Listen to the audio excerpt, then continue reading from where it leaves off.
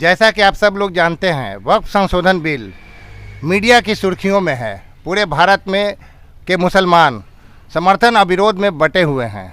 हमारे साथ कुछ लोग हैं, आइए इनसे हम बात करते हैं, इनकी क्या प्रतिक्रिया है। सर, वक्फ संशोधन बिल पर आपकी क्या पहली प्रतिक्रिया क्या है? क्या आप समर्थन में हैं या विरोध में? मैं समर्थन में हूँ। समर्थन में हैं जी। अच्छा, जैसा कि आप सब लोग जानते हैं कि कैथोलिक चर्च के पास भी ज़मीन है। कैथोलिक चर्च की ज़मीन का इस्तेमाल आला दर्जे का स्कूल, आला दर्जे का कॉलेज, यूनिवर्सिटी और अस्पताल के लिए होता है। क्या आप मुसलमानों के पास भी कुछ ऐसा एग्जाम्पल है जो बता सकें, एक दो कॉलेज, यूनिवर्सिटी या हॉस्पिटल का नाम? नहीं, ऐसा इन लोगों ने कोई भी काम नहीं किया है, ना ह्यूमैनिटेरियन वर्क किया है, ना कम्युनिटी के लिए कोई भलाई का काम किया है। क्या सुन्नी वक्फ बोर्ड के चेयरमैन पिछले कई साल से बने हुए हैं इरशादुल्लाह साहब, यस या नो में आप जवाब दीजिए, क्या इनको हटाकर किसी और को बनाना चाहिए, नीतीश कुमार को, या नहीं? ये तो नॉमिनेटेड हैं, सेल्फ प्रोक्लेम्ड चेयरमैन हैं, इनको बिल्कुल हटाना चाहिए। किसी भी आदमी को एक पोस्ट पे रहने से और उसके उनके काम में ट्रांसपेरेंसी नहीं होने की वजह से इरशादुल्लाह के ख़िलाफ़ एक माहौल बना हुआ है, उनको बिल्कुल हटना ज़रूरी है। वो निरंकुश की तरह काम कर रहे हैं। बिल्कुल बिल्कुल। अच्छा, वक्फ बोर्ड में भी आंतरिक सुधार की ज़रूरत है? हाँ, बिल्कुल ज़रूरत है, क्योंकि ये देखिए टाइम के हिसाब से बदलना सीखना पड़ेगा। टाइम के हिसाब से ये लोग बदले नहीं, जिसकी वजह से आज भी आप वक्फ बोर्ड जाएंगे जहाँ इनके ऑफिस है, वहाँ पे इन लोगों का पैटर्न काम करने का बिल्कुल ही पुराना है। और किसी भी तरह का जो एक स्टेक होल्डर जाते हैं या कुछ इन्फॉर्मेशन के लिए भी कुछ लोग जाते हैं, तो ये लोग कोई हेल्प नहीं करते हैं, बल्कि उनको डेविएट कर देते हैं, बात से, मुद्दे से हटा देते हैं। बोलते हैं ये पेपर हमारे पास नहीं है, वक्फनामा लेकर के आइए तो उसको क्लेम करेंगे। और इन लोगों ने नया एक अभी ये शुरू कर दिया है कि किसी की भी ज़मीन को ये लोग नोटिस भेज दे रहे हैं, वहाँ से कुछ पैसा जनरेट करने के लिए। ये वक्फ ज़मीन है, जबकि ऐसा होना नहीं चाहिए। इस तरह की मिसालें काफ़ी पटना में भी है। अच्छा, ये बताइए कि मुसलमानों में 3 क्लास है, ये हाइपोथेटिकल क्वेश्चन है, आप समाज में ऐसा दिखता नहीं है, लेकिन है, इसमें कोई शक नहीं है। जब आप प्रैक्टिस में आइएगा तो एक अपर कास्ट है, एक मिडिल क्लास है, या एक लोअर क्लास है। लोअर क्लास में अर्जाल समाज आता है, जैसे नट, भाट, भटियारा, बख्खो, धोबी, आपको पामरिया, लालबेगी, हलालखोर, पासी, नाई वगैरह सब, ये सब अर्जाल समाज में आते हैं। इनका पार्टिसिपेशन वक्फ बोर्ड में या एजुकेशनल माइनॉरिटी एजुकेशनल इंस्टीट्यूशन में है या नहीं? हाँ ना में जवाब दीजिए। नहीं, निग्लिजिबल है, नगण्य है, इनका कोई रिप्रेजेंटेशन नहीं है, जबकि होना चाहिए। एक बड़ी कम्युनिटी है, इनका भी रिप्रेजेंटेशन होना चाहिए। इनका एक कारण ये भी हो सकता है कि पॉलिटिकल लीडर इनके नहीं है, इस वजह से भी ये बेचारे तरक्की के दौर में बिल्कुल पीछे रह गए हैं।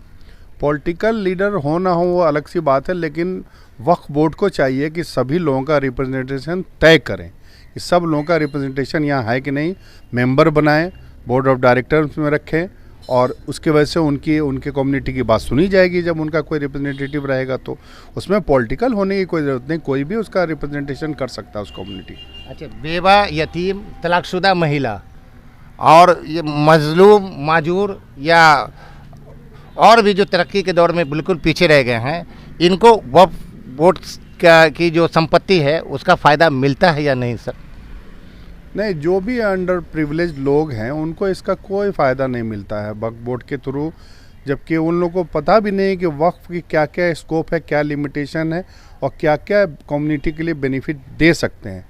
तो जब इन लोगों को अभी समझ में आने लगा है, पिछले कुछ दिनों से चर्चा का विषय हो गया वक्फ, तो इन लोगों ने समझा कि ये वक्फ भी कोई चीज़ थी जो डोनर हम लोग के लिए दे करके गए थे, कि हमारे इसी के थ्रू जो है for the sake of Allah community और इन लोगों को फ़ायदा होगा। लेकिन इन लोगों को चूँकि फ़ायदा नहीं हुआ, तो जब फ़ायदा होता है किसी को तब ना वो जो डोनर उसके लिए दुआ करता है, पुण्य के लिए हाथ उठाता है। तो यहाँ तो उनको फ़ायदा हुआ नहीं, तो कैसे वो लोग जानेंगे?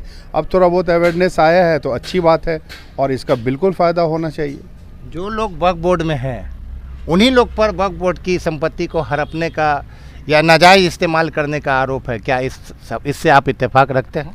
हाँ, वक्फ बोर्ड के जो अरकान हैं, जो कारकुन हैं, वही लोग अपने लोगों को सेक्रेटरी, मुतवल्ली बना देते हैं। उसके थ्रू इन लोगों को आसानी से काम करने का मौका मिल जाता है, और उसके तहत मातहत बहुत सारा इन लोगों ने काम किया है। जो कॉस्टली ज़मीन थी, अरबों की ज़मीन थी, लाखों की ज़मीन थी, उस सबको ये लोगों ने उसी मुतवल्ली और सेक्रेटरी के थ्रू मिल करके और सेल करने का भी काम किया है। बहुत सारी ज़मीन बिक चुकी है, जिसको अगर अभी अमेंड होने के बाद उसको भी चेक करना चाहिए। बहुत सारी चीज़ें निकलेंगी, सामने आएंगी। हर ज़िला के ज़िला औकाफ कमेटी के प्रेसिडेंट और चेयर और सेक्रेटरी पर आरोप है कि ये वक्फ बोर्ड के चेयरमैन के लिए काम करते हैं, घोटालेबाज हैं। उनको ये मिस्टर 20% है, मिस्टर 30% है, ये लोग पैसा पहुंचाते हैं, या और वक्फ की ज़मीन का मिसयूज़ करने में या बताने में इनका ही हाथ होता है। क्या इस बात से आप इत्तेफाक?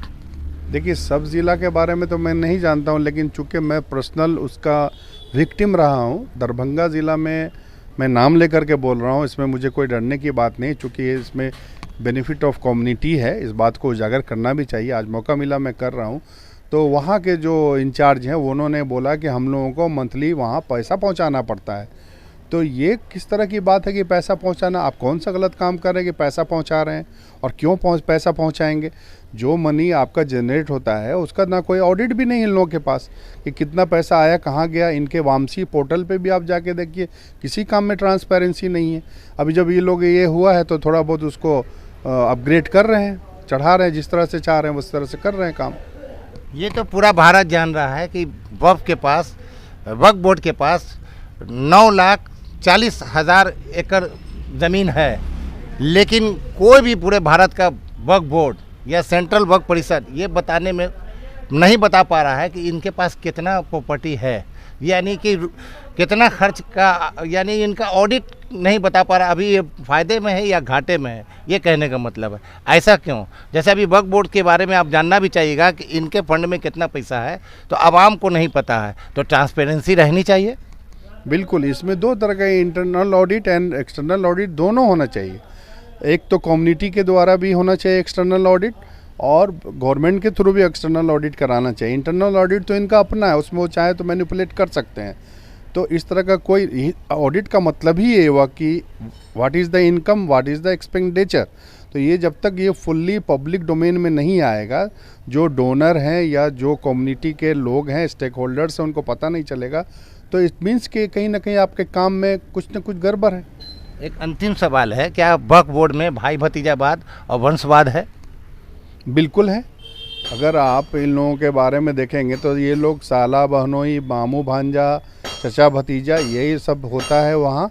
और काफ़ी लोग एक दूसरे के रिश्तेदार हैं, और किसी जगह तो किसी एक डिस्ट्रिक्ट का डोमिनेशन है, जो कि ऐसा होना नहीं चाहिए। उसमें भी आपको देखना है कि कौन सा डिस्ट्रिक्ट सब जगह का रिप्रेजेंटेशन है या नहीं है। तो ये लोग ये भी नहीं देखते हैं, बस अपना जो काम है वो कर लेते हैं। मतलब यही कारण है कि वक्फ संशोधन बिल जो अभी आया है, तो इनको सहानुभूति नहीं मिल पा रही है। इनके पक्ष में कम और इनके विरोध में ज़्यादा लोग। बिल्कुल, इनके पक्ष में वही लोग हैं जो इनको फ़ायदा हो रहा है, और विरोध में वो लोग हैं जो कॉमन लोग हैं। तो आप थे अरशद खान जी, सोशल एक्टिविस्ट, जिन्होंने मेरे सभी सवाल का बहुत ही बेबाकी से जवाब दिया। फिर किसी नई वीडियो, नई शख्सियत के साथ आपसे मुलाकात होगी। तब तक के लिए इजाज़त दीजिए। जय संविधान, जय भारत, आदाब।